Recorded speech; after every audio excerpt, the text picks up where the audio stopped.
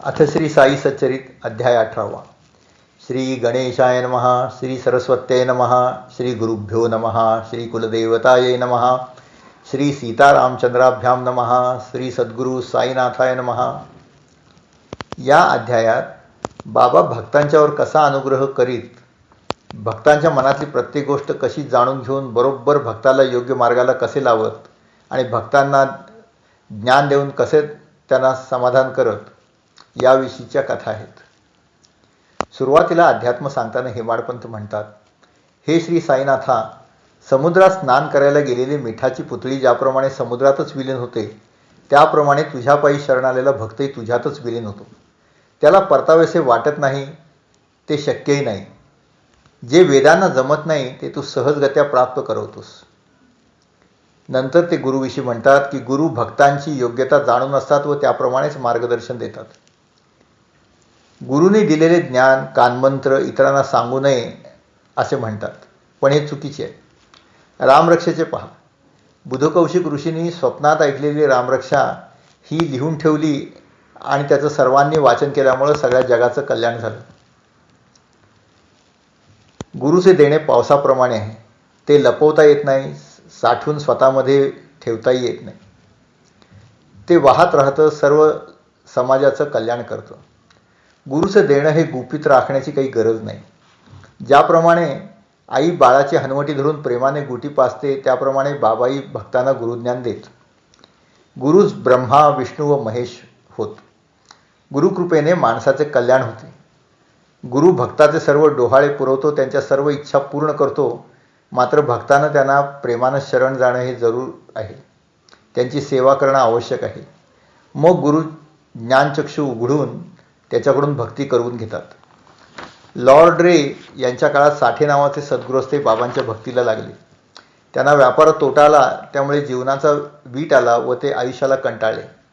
स्नेहाने त्यांना शिर्डीला जा, तुमचं साई कृपेने कल्याण होईल, साईबाबांना गुरु करा असा सल्ला दिला। देशोदेशीचे लोक त्यांच्या कृपेने पावन झाले, तुम्ही जा असं सांगितलं। कुठलाही जीव हा संसाराचा वीट आला की गुरुच्या मागे लागतो, अर्थात त्याचं कल्याणच होतं। खरं तर गुरुनं बोलवल्याशिवाय गुरुची भेटच होत नाही। बाबांनी स्नेहाच्या मुखातून साठेसाहेबांना बोलवलं हे खरं। पहिल्या भेटीपासूनच साठ्यांची भक्ती बसली। बाबांनी त्यांना गुरुचरित्र पारायण करायला सांगितले। साठ्यांनी सप्ताह घातला। सप्ताह पूर्ण होताच झोपेत त्यांना बाबांचा दृष्टांत झाला। त्यात त्यांना बाबा ग्रंथाचा अर्थ समजावून सांगताना दिसले। त्यांना आनंद झाला, पण स्वप्नाचा अर्थ लागेना। बाबा या स्वप्नातून काय सुचवतात, वाचलेलं पुरे आहे की पुन्हा एकदा वाचायचं, ही शंका त्यांना सतावू लागली। मग त्यांनी श्री दीक्षित यांना शिर्डीत सांगितलं की ही शंका आपण बाबांना विचारावा आणि बाबा सांगतील त्याप्रमाणे मग मी करेन। त्याप्रमाणे दीक्षितांनी बाबांना विचारले की देवा, या स्वप्नाचा अर्थ काय आहे? साठेंना तो कळला नाही। पुन्हा वाचू की वाचणं थांबू? मग बाबा म्हणाले, नाही, पुन्हा एकदा वाचा असा त्याचा अर्थ आहे। पुन्हा एकदा आवर्तन होऊ द्या, त्यामुळे त्यांच्या जन्माचं कल्याण होईल। हे बाबांचे शब्द ऐकताना तेथे हेमाडपंतही होते। त्यांच्या मनात काही विचार आले। बाबांच्या सेवेत त्यांची जवळजवळ 7-8 वर्षे गेली होती। त्यांना वाटलं की हे काय आहे, साठ्यांना 7 दिवसात बाबांची कृपा झाली आणि उद्धाराचा कानमंत्र मिळाला आणि माझी 7 वर्ष झाली, पण मला मात्र बाबांनी काही अनुग्रह किंवा कानमंत्र दिला नाही। बाबांना हा त्यांचा विचार ताबडतोब कळला। बाबा स्वतः त्यांचं समाधान करू शकले असते, पण त्यांचे मार्ग वेगळे होते। ते म्हणाले, अण्णासाहेब, आपण ताबडतोब माधवराव देशपांडेंच्याकडे जा, त्यांना म्हणावं बाबांनी 15 रुपये दक्षिणा मागितली आहे, ती द्या आणि तेथे त्यांच्याशी थोड्या गप्पा मारून या। अण्णासाहेब हे ऐकून ताबडतोब माधवरावांच्या घरी गेले। अण्णासाहेब म्हणजेच हेमाडपंत। माधवराव नुकतेच स्नान करून धोतर घालत होते। अण्णासाहेबांनी मशिदीतून सकाळी आलेले पाहून त्यांनी बसा म्हटले। पानाचा डबा दिला आणि मग अण्णासाहेबांनी त्यांना बाबांचा निरोप सांगितला। माधवराव म्हणाले, बसा, मी देवपूजा करून आलोच, मग आपण गप्पा मारू। मग ते आत गेले। अण्णासाहेबांचे लक्ष त्यावेळी खिडकीत नाथ भागवताची पोथी होती, तिकडे गेले। सकाळी मशिदीत जाताना काही कारणाने त्यांची पोथी अर्धवट वाचली गेली होती। ते वाचन करायला वेळ मिळाला म्हणून ती सकाळी ज्या पानावर त्यांनी सोडली होती तिथून वाचन सुरू केले। थोड्या वेळाने त्यांचे वाचन पूर्ण झाले आणि माधवरावांची पूजाही पूर्ण झाली. नाथ भागवत हा नाथ महाराजांचा एक उत्कृष्ट ग्रंथ आहे. दीक्षितांना हा ग्रंथ वाचण्याची बाबांची आज्ञा होती. ते सकाळी नाथ भागवत व रात्री भावार्थ रामायण भक्तांच्या समोर वाचत. नाथ भागवत हा तुकारामांना पण पूज्य असून त्यांनी भंडारावर त्याची अनेक पारायणे केली आहेत, अशी या ग्रंथाची योग्यता आहे. यातील कृष्ण उद्धवांचा संवाद हा अतिशय सरस असून हा ग्रंथही नाथांची महाराष्ट्राला देणगीच आहे. बाबा म्हणूनच भक्तांना असे ग्रंथ वाचायला लावत. त्याप्रमाणे त्यांनी बापूसाहेब जोगांना वाड्यात हा ग्रंथ वाचायला सांगितला होता. तेथे कधी हा ग्रंथ, कधी ज्ञानेश्वरी याचे वाचन आणि प्रवचन भक्तांसाठी करीत. बाबा दर्शनाला आलेल्या भक्तांना ते ऐकण्यासाठी पाठवत. श्रोते तेथे जाताच त्यांना बाबाने सोडलेल्या अपूर्ण ग्रंथाची कथा या विषयावरचेच आख्यान मिळेल आणि त्यांच्या शंकांचे निरसन होऊन त्यांचे समाधान होईल. अशा रीतीने बाबांनी भक्तांना ग्रंथ वाचनाच्या सवयी लावल्या होत्या. असो, आपण आता पुन्हा अण्णासाहेबांची म्हणजे हेमाडपंतांची कथा चालू ठेवू. अण्णासाहेबांचे वाचन पूर्ण झाले आणि माधवरावांची पूजा झाली. बाहेर येऊन त्यांनी अण्णासाहेबांना बाबा काय म्हणाले हे सविस्तर विचारले. बाबांनी 15 रुपये मागितल्याचं ऐकून ते म्हणाले की मी माझे 15 नमस्कार दिले म्हणून बाबांना सांगा, हीच माझी दक्षिणा. बाबांच्या गप्पा मारण्यावरून त्यांना थोडा विचार करायला लागला. अण्णासाहेब म्हणाले की आपण बाबांच्या लिलांविषयी बोलू, म्हणजे गप्पाही होतील आणि वेळ साजरी होईल. माधवराव देवाला फूल घालून डोपी घालून पुन्हा बाहेर आले आणि म्हणाले, अण्णासाहेब, आम्ही खेळवळ, तुम्ही शिकलेले. मी तुम्हाला बाबांविषयी काय सांगणार आहे, त्यांची आज्ञा म्हणून सांगतो. अहो, बाबांचे चमत्कार आपण इथे काही कमी पाहिले का? आपण इतके चमत्कार पाहिले आहेत, त्यातल्याच एखाद्याची चर्चा करू.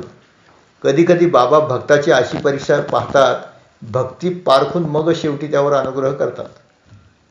त्यापैकी एक गोष्ट सांगतो. अनुग्रह हा शब्द ऐकताच अण्णासाहेब दचकले. सकाळीच त्यांच्या मनात अनुग्रह करायला किती वेळ लागणार याचा प्रश्न आला होता. त्यासाठीच ही श्यामाची भेटीची योजना केली हे त्यांना कळून चुकले. माधवराव सांगू लागले, येथे खाशाबाद देशमुख म्हणून एकजण राहतात. त्यांच्याही एकदा बाबांच्या दर्शनाला आली. दर्शन झाल्यानंतर साईवर तिची दृढ श्रद्धा दिसली. बाबांकडून गुरुमंत्र घ्यावा अशी लालसा निर्माण झाली आणि त्या वृद्ध स्त्रीनं मग त्यासाठी वाट पाहायचं ठरवलं.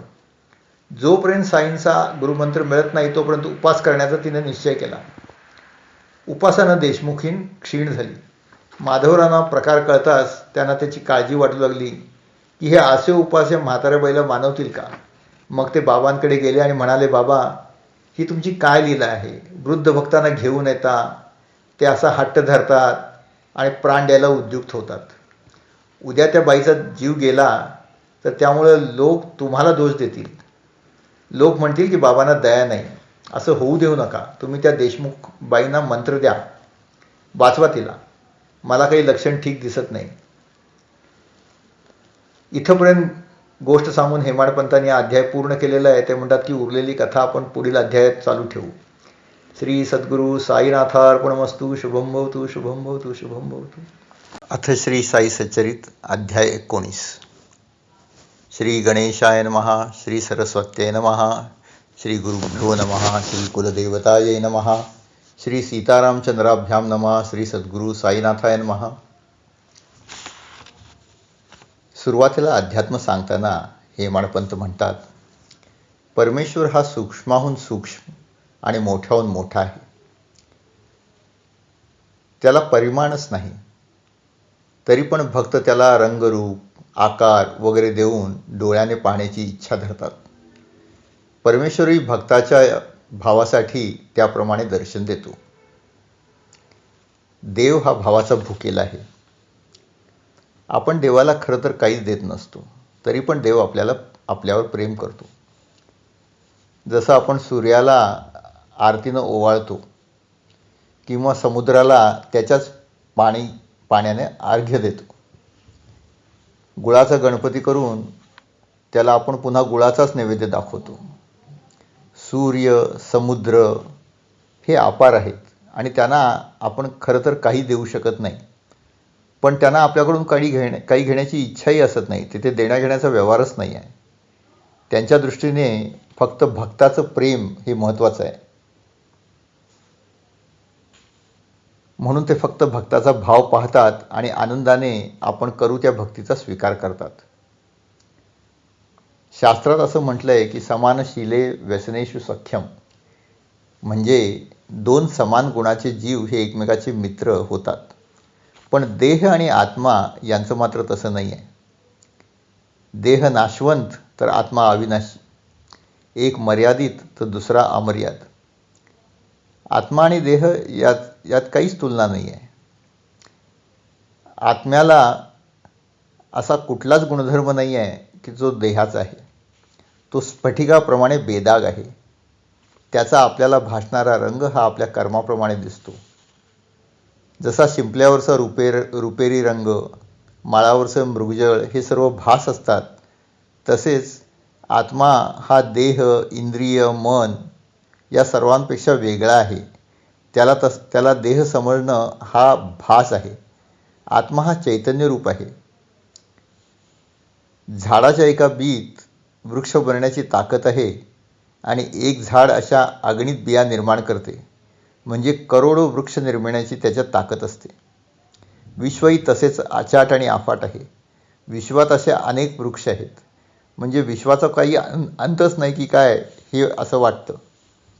परंतु जेव्हा ज्ञान प्राप्त होतं तेव्हा विश्व हा आभास आहे हे कळतं आणि माणूस हा फक्त ईश्वराची इच्छा धरतो.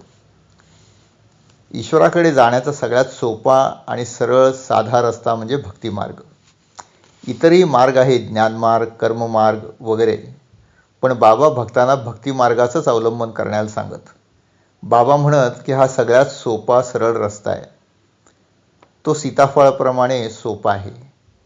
याउलट ज्ञानमार्ग किंवा ज्ञानयोग हा रामफळाप्रमाणे आहे आणि तो आचरणं हे थोडंसं कष्टदायक आहे. तेव्हा लोकांनी भक्तिमार्गाचा स्वीकार करावा. आता पूर्वील म्हातारीची जी कथा जी बाबांच्याकडे गुरुपदेश घेण्यासाठी आली होती त्याची आपण चालू करू.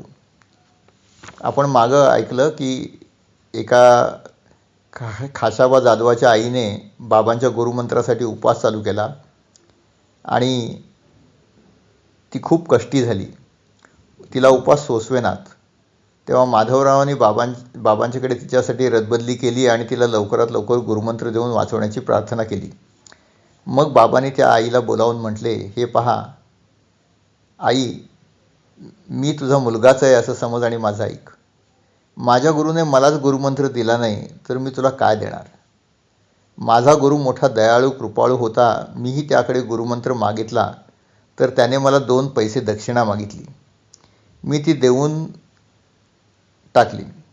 माझा गुरु पैशाचं लोभी म्हणशील तर ते अयोग्य आहे. ते 2 पैसे म्हणजे श्रद्धा आणि सबुरी. मी जसे ते देऊन टाकले तसे गुरु प्रसन्न झाले. आई, सबुरी हा माणसाचा मोठा गुण आहे. तेच धैर्याचं प्रतीक आहे. सबुरी ही सद्गुणांची राणीच म्हणालीच तरी चालेल. ती नसताना चांगली चांगली माणसे ही अयशस्वी व दरिद्री होतात. सबुरी ही तेजस्वी मण्यासारखी आहे. दगड आणि मणी जर तेवढाच घासला तर मण्याला पाणी चढते आणि दगड तसाच राहतो. माझ्या गुरुने माझ्यावर अत्यंत प्रेम केले. माझ्या मनाला गुरुशिवाय भूक, तहान वगैरे काहीच भान नव्हते. कासवी जशी नजरेनेच पिलांचे पोषण करते तसेच माझ्या गुरुच्या नजरेवरच मी पोचला गेलो. कासवीप्रमाणेच माझ्या गुरुची माझ्यावर नजर होती. ते म्हणत की तू माझ्याकडे अनन्य भक्तीने पहा, मीही तसाच तुझ्याकडे पाहीन. हेच आयुष्याचे सार आहे.